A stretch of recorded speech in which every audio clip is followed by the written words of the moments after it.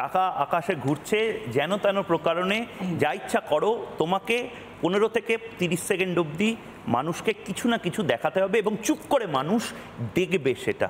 এটা এক ভয়ঙ্কর দুনিয়া এবং সেই দুনিয়ার বেতাজ বাদশাহ বা বেতাজ বেগম যাকে বলা হয় ইদানিংকালে, সে হচ্ছে স্যান্ডি সাহা।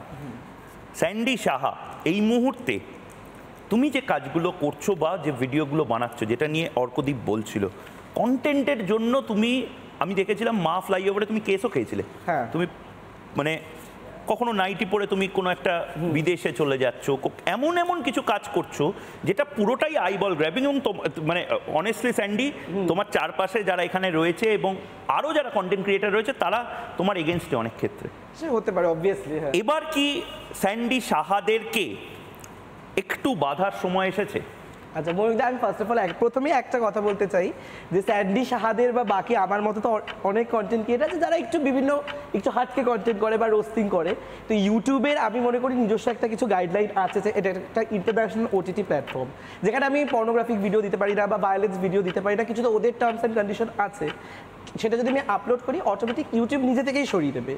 তো আমি মনে করি না এমন কিছু কন্টেন্ট করছি ইউটিউবে সেখানে কোনো সমস্যা নেই, সে ওই কন্টেন্টটা ওখানে রাখছে। যদি তার মানে এটা একটা ভালো জিনিস বললে, মানে ফেসবুক ইউটিউব নিজে থেকেই একটা রেগুলেশন, একটা গাইডলাইন্স আছে ওখানে, ঠিক আছে, যে আমি এমন কোনো কন্টেন্ট দিতে পারবো না যেটা হার্মফুল সমাজের পক্ষে, সেটা যা হতে পারে সেখানে দাঁড়িয়ে।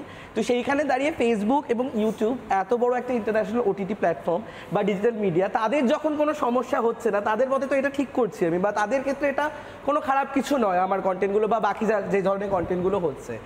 তো তারা যখন মানা করছেন তো সেইখানে দাঁড়িয়ে অনেকের অনেক কিছু পছন্দ। আমার কন্টেন্ট যেমন পছন্দ না, আমি বলতে পারি ডক্টর লুজার যে ডাক্তারবাবু, ওনার কন্টেন্ট আমার পছন্দ না, বা নন্দিনী একটু বেশি পুরুষবাদী কথাবার্তা বলে, আমার ওই কন্টেন্ট পছন্দ না, বন্ধ করে দাও।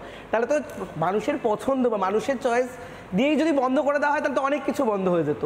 আপনার সিরিয়াসলি ভালো লাগে না এই ধরনের কন্টেন্ট, আমি দেখবো না, আনসাবস্ক্রাইব করে অপশন কোথায়? একটা স্যান্ডি সাহার ভিডিও যদি দেখি অ্যালগরিদমে, আমি ব্রাশ করতে যাওয়ার সময় স্যান্ডি সাহার ভিডিও দেখছি, শোয়ার সময় স্যান্ডি সাহার ভিডিও দেখছি।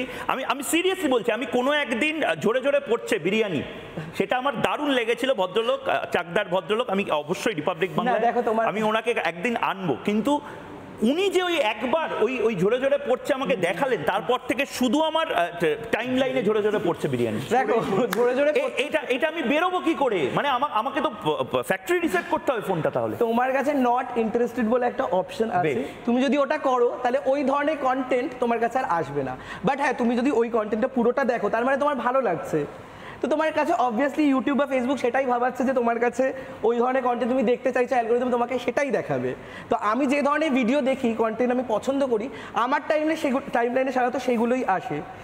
তো আমি আর একটা কথা, তুমি একটা খুব ডার্ক জায়গা বের করে দিল যে সত্যি আমরা এত বড় বড় কথা বলছি, কিন্তু হয়তো সত্যি আমাদের ওই বিরিয়ানিটা ঝরে ঝরে পড়ছে বা স্যান্ডি নাইটি পরে আজ কোন শহরে গেল সেটা দেখতে আমাদের নিজেদেরই অ্যাকচুয়ালি ভালো লাগা হয়তো কাজ করে।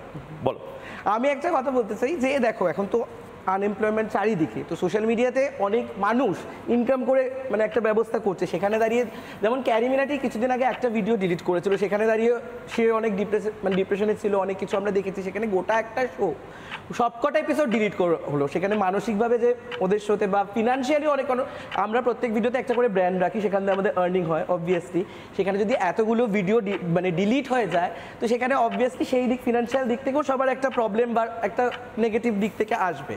এবং আমি আর একটা কথা যুক্তি চাই, সেই সেম এপিসোডে সেম কন্টেস্টেন্ট একটা হোমোফোবিক কমেন্ট করেছিল যে মেরা বাচ্চা গে নেই হো সকতা। সেইখানে এই কমেন্টটাকে দিয়ে কিন্তু কোনো রকম কন্ট্রোভার্সি হয়নি। হ্যাঁ, ওই সেম শোতে বলা হয়েছিল। তো আমার মনে হয় একটা ইনসিস্ট যে কমেন্ট হয়েছে ওইটাকে বেশি হাইলাইট করা হচ্ছে। আমার মনে হয় এই যে হোমোফোবিক কমেন্টটা করা হয়েছিল ওটাকে বেশি হাইলাইট, কারণ যারা বলছে যে ব্যাড ইনফ্লুয়েন্স পড়ছে, যে এই ধরনের ভিডিও যারা করছে, তো ওই ব্যাড ইনফ্লুয়েন্সটা তো আমার মনে হয় ওই কমেন্টটাতে আরও বেশি পড়ছে। যেটা আমি দেখবো, যেটা আমার পছন্দ হচ্ছে আমি দেখবো, যার পছন্দ হচ্ছে না, খারাপ হচ্ছে, দেখবে না, ইগনোর করো।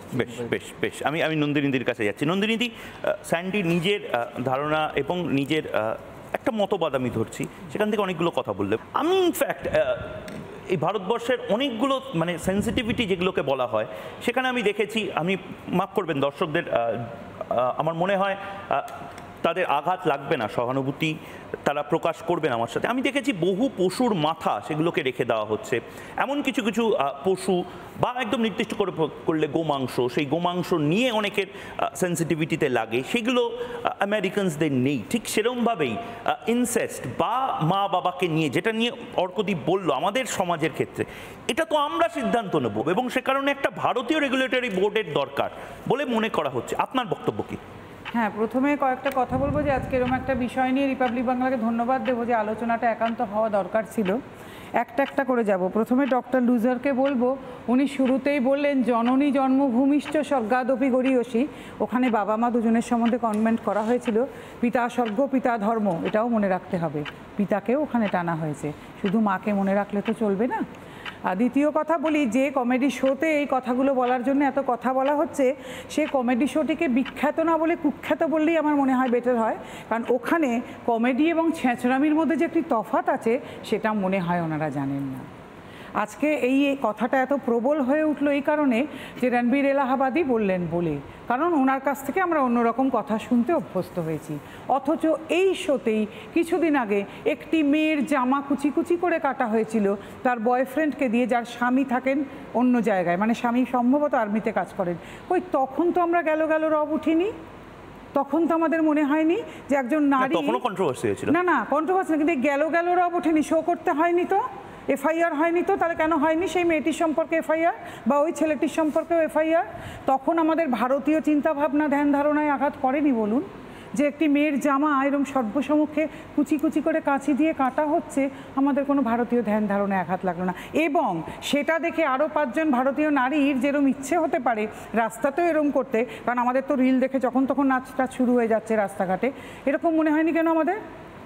আমরা এনজয় করেছি কিন্তু, তাই না? কি মুশকিল, আমরা তখন এনজয় করলাম, ভাবতে পারিনি যে আজকে কেন হলো বলুন তো, কারণ আমাদের ভারতীয় চিন্তাভাবনায় বাবা মাকে তো আমরা এখনও, যে যেমন হয়তো অনেকেই খারাপ ব্যবহার করেন, তবুও বাবা মা বলতে আমাদের মনে এখনও একটা শ্রদ্ধা ভক্তির জায়গা বেঁচে আছে, এটা আমরা নিতে পারলাম না। আর সঙ্গে বসে একটি মেয়ে আরও সাংঘাতিক কথা বললেন, তাকে নিয়ে কিন্তু সেরম হেলদোল দেখা যাচ্ছে না, যে তিনিও যে কথাটা একটি ছেলেকে ওখানে বসে বলেছেন সেও বড় সাংঘাতিক, বড় মারাত্মক। আবার স্যান্ডি যে কথাটা তুলছেন সেটাও বড় একটা কথা নয়। তো আমার কথা, এখানে রেগুলেটরি বোর্ডের দরকার নিশ্চয়ই আছে। অথচ দেখুন এরা এই কথাগুলো বলে মজাটা কি করলেন, আজকে যদি একটা সত্যি এই কারণে আজকে ভারতীয় রেগুলেটরি বোর্ড তৈরি হয়, তাহলে স্যান্ডিও অনেক সময় কিন্তু নির্ভেজাল মজার এমন অনেক কিছু করে একটা সামাজিক জিনিসের দিকেও অনেকের চোখ ফিরিয়ে দিচ্ছেন। কেমন নানা ধরনের কন্টেন্ট দেখার জন্য লাইক করুন, শেয়ার করুন আমাদের ফেসবুক পেজ, সাবস্ক্রাইব করুন আমাদের ইউটিউব চ্যানেল। পাশাপাশি অন্যান্য ব্রেকিং নিউজের জন্য অবশ্যই চোখ রাখুন রিপাবলিক বাংলায়।